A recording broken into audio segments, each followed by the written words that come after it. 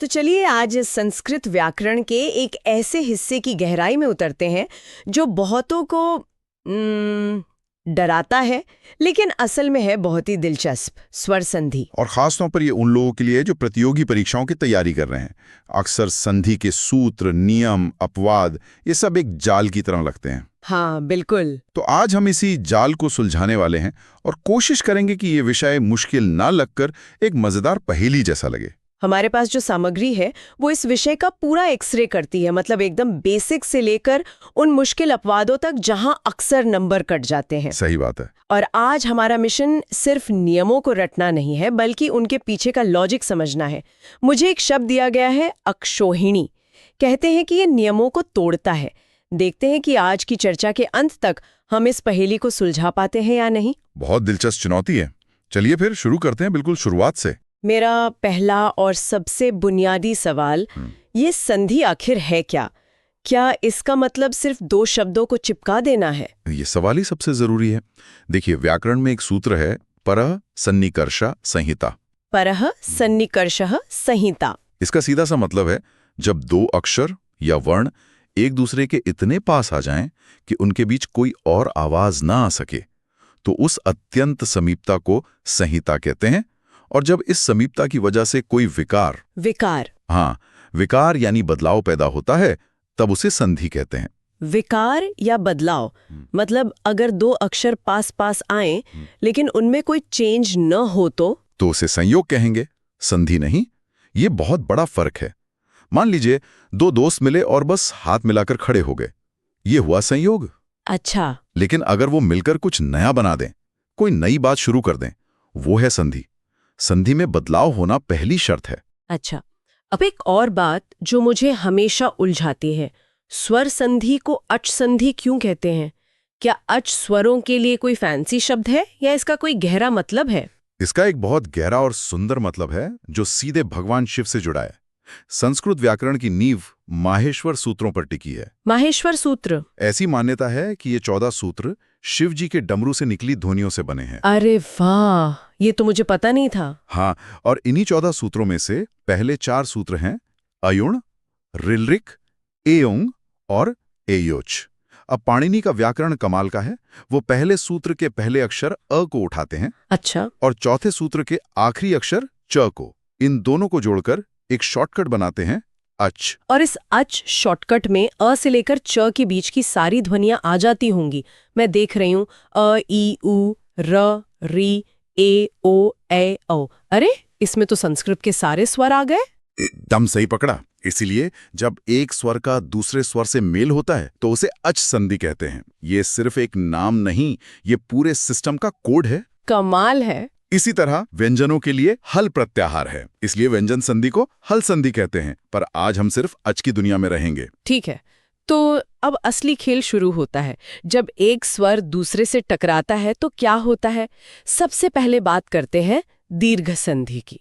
नाम से लगता है कि कुछ बड़ा या लंबा हो रहा है। आपका अनुमान बिल्कुल सही है। इसका सूत्र है अकः सवर्णे दीर्घा। अकः सवर्णे दीर्घा। इसे तोड़कर समझते हैं। अक, ये एक और शॉर्टकट है जिसमें अ, ई, उ, री आते हैं। सवर्णे का मतलब है उसी के जैसा, और दीर्घा का मतलब है बड़ा हो जाना। तो नियम बना, जब अ, ई, उ या री के बाद उसी के जैसा स्वर आए तो दोनों मिलकर अपनी बड़ी वाली फॉर्म में बदल जाते हैं। बिल्कुल। जैसे छोटा अ और छोटा अ मिलकर बड़ा आ बन गए। उदाहरण के लिए धर्म प्लस अर्थ बन गया धर्मार्थ। हाँ। या फिर कपि प्लस ईश में छोटी ई और बड़ी ई मिलकर बड़ी ई बन गई और शब्द बना कपीश। ये तो सीधा साधा हिसाब है। बिल्कुल। और परीक्षा के लिए इसकी सबसे अच्छी ट्रिक है, शब्द के बीच में एक बड़ी मात्रा ढूंढिए। अच्छा। अगर आपको आ, ई, उ या री की मात्रा दिख रही है तो 99% चांस है कि वो दीर्घ संधि है। विद्यालय, कवींद्र, भानुदय, सब में यही पैटर्न है। ठीक है, तो दीर्घ संधि में एक जैसे स्वर मिलकर बड़े हो जाते हैं। लेकिन तब क्या होता है जब दो बिल्कुल अलग अलग स्वर टकराते हैं, जैसे अ और ई? वो तो सवर्ण नहीं है। और यहीं पर व्याकरण का असली जादू सामने आता है। इसके लिए है गुण संधि, जिसका सूत्र है आद गुणः। ये कहता है कि जब अ या आ के बाद कोई अलग स्वर जैसे ई, ऊ या री आए, तो वो मिलकर एक नई तीसरी ही क्वालिटी या गुण वाली ध्वनि बना लेते हैं। नई ध्वनि? हाँ, वो कैसे? आप बोलकर देखिए। अ और ई को जल्दी जल्दी बोलिए।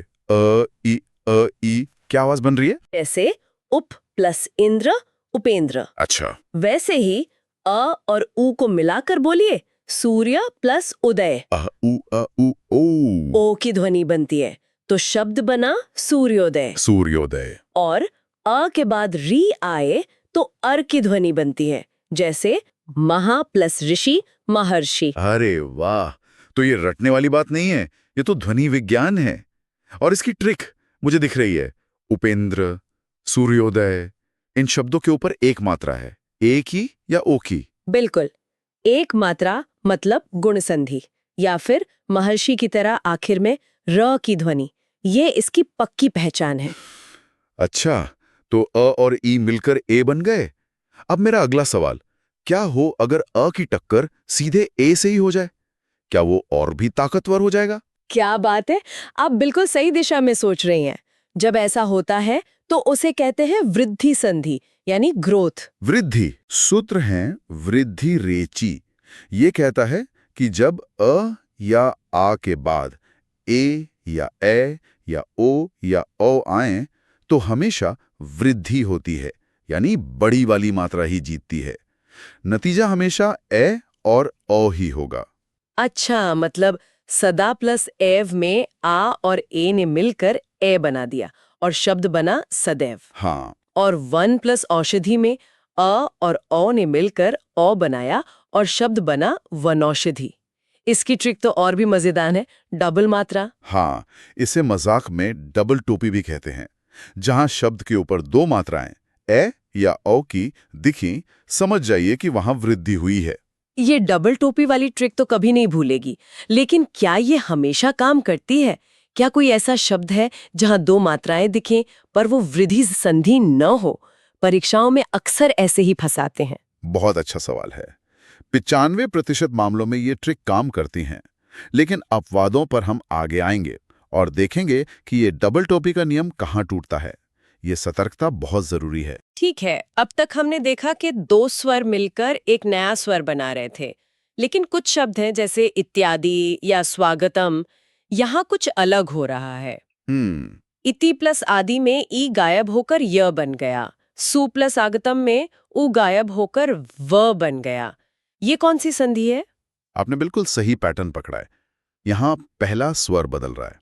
ये है यण संधि और इसका सूत्र है इको यणची।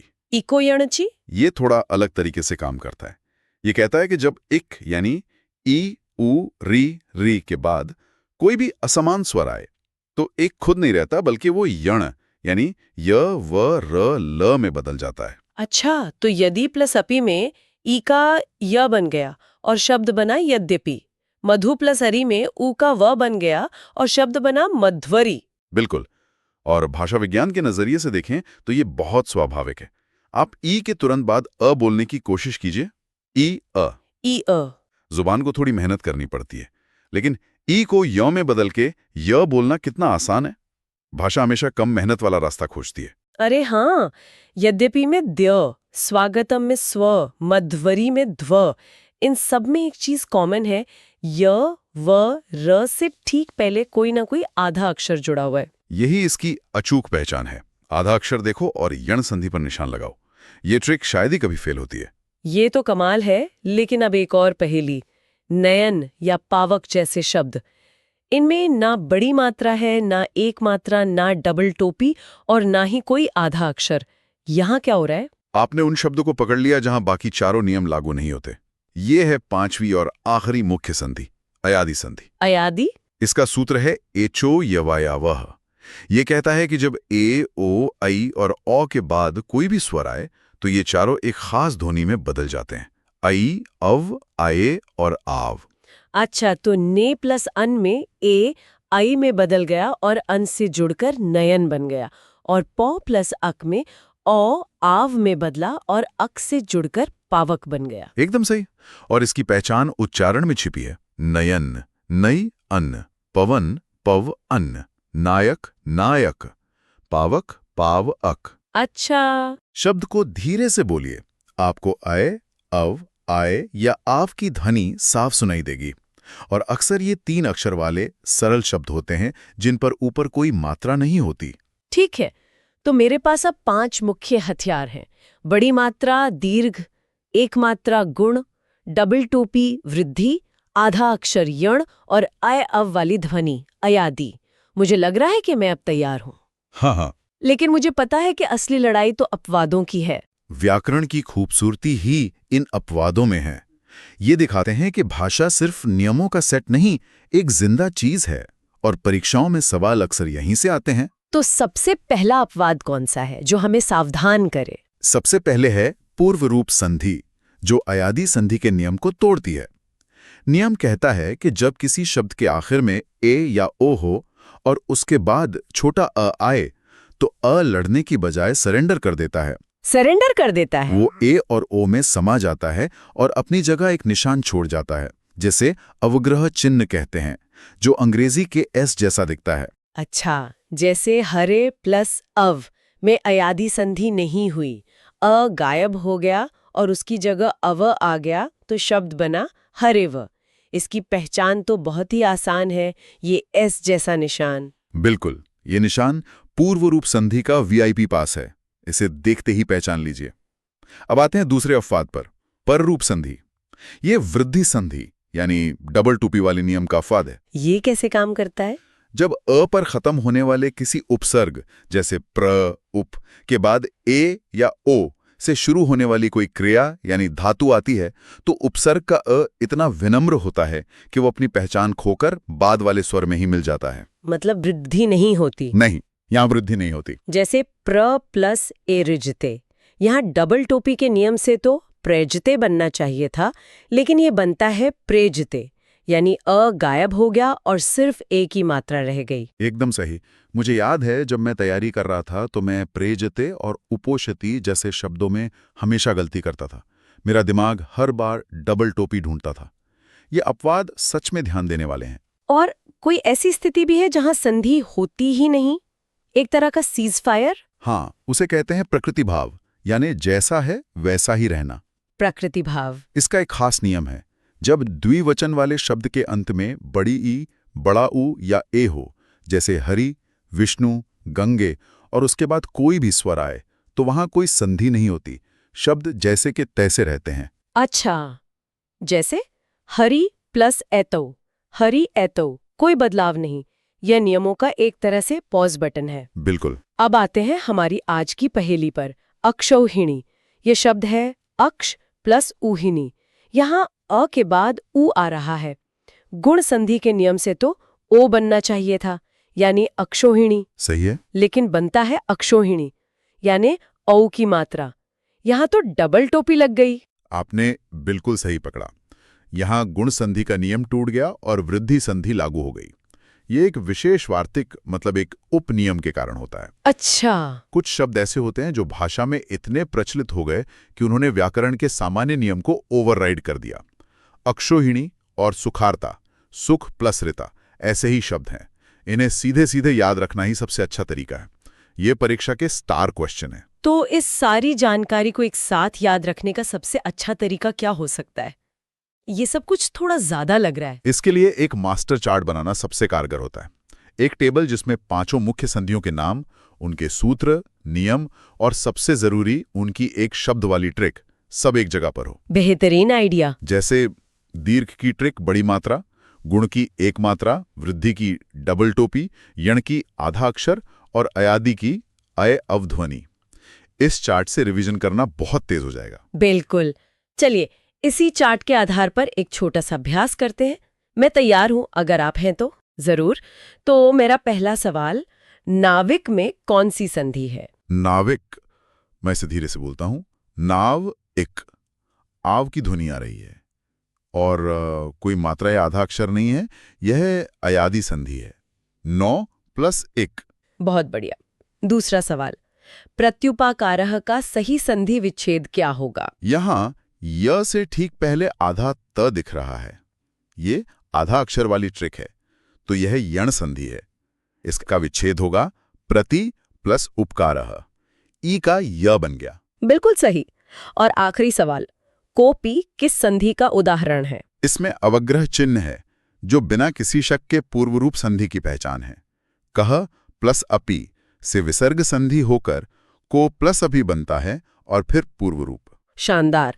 लगता है सारे नियम और ट्रिक्स काम कर रहे हैं। तो आज हमने संस्कृत स्वर संधि को सिर्फ रटा नहीं बल्कि उसके पीछे के ध्वनि विज्ञान और तर्क को समझा। हाँ, दीर्घ की बड़ी मात्रा से लेकर यण के आधे अक्षर तक और वृद्धि के डबल टोपी से लेकर पूर्व रूप के एस वाले चिन्ह तक। और इन सब में एक बहुत गहरी बात छिपी है। संधि केवल वर्णों का जोड़तोड़ नहीं है, ये संस्कृत व्याकरण की आत्मा है। ये दिखाती है कि एक भाषा कितनी वैज्ञानिक और व्यवस्थित हो सकती है। हर नियम, हर अपवाद के पीछे एक तर्क है, एक कहानी है। और हमारे श्रोताओं के लिए सफलता का मूल मंत्र वही है, अभ्यास। इन ट्रिक्स को समझिए, सूत्रों को याद कीजिए और जितने हो सके उतने उदाहरणों का अभ्यास करते रहिए।